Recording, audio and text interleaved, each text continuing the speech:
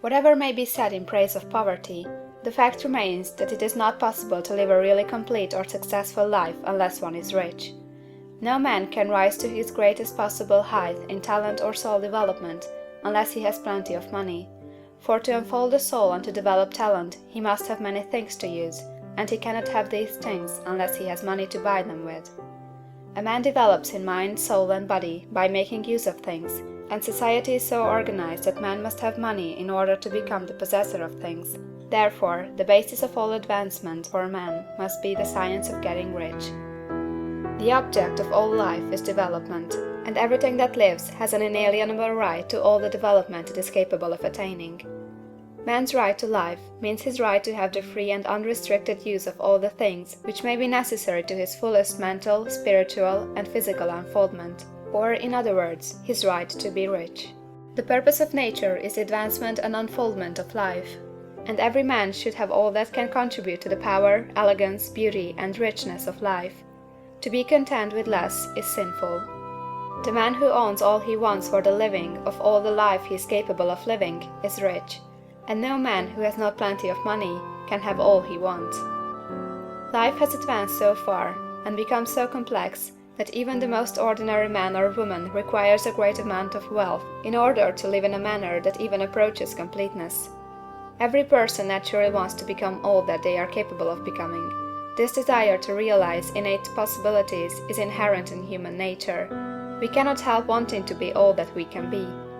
Success in life is becoming what you want to be. You can become what you want to be only by making use of things, and you can have the free use of things only as you become rich enough to buy them. To understand the science of getting rich is therefore the most essential of all knowledge.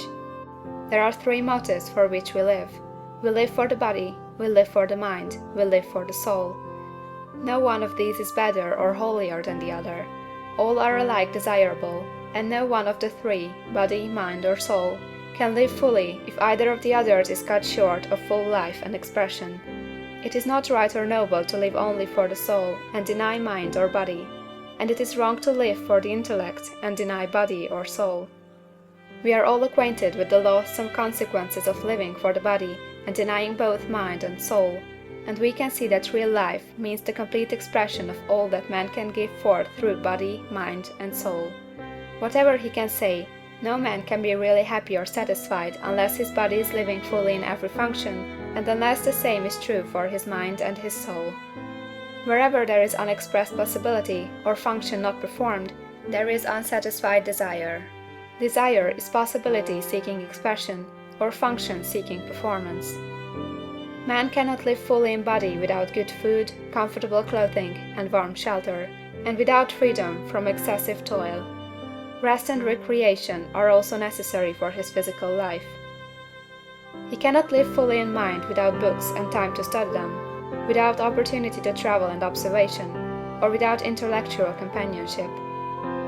To live fully in soul, man must have love, and love is denied expression by poverty. A man's highest happiness is found in the bestowal of benefits on those he loves. Love finds its most natural and spontaneous expression in giving.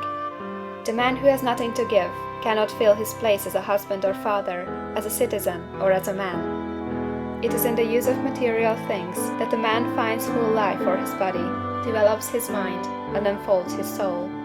It is therefore for supreme importance to him that he should be rich.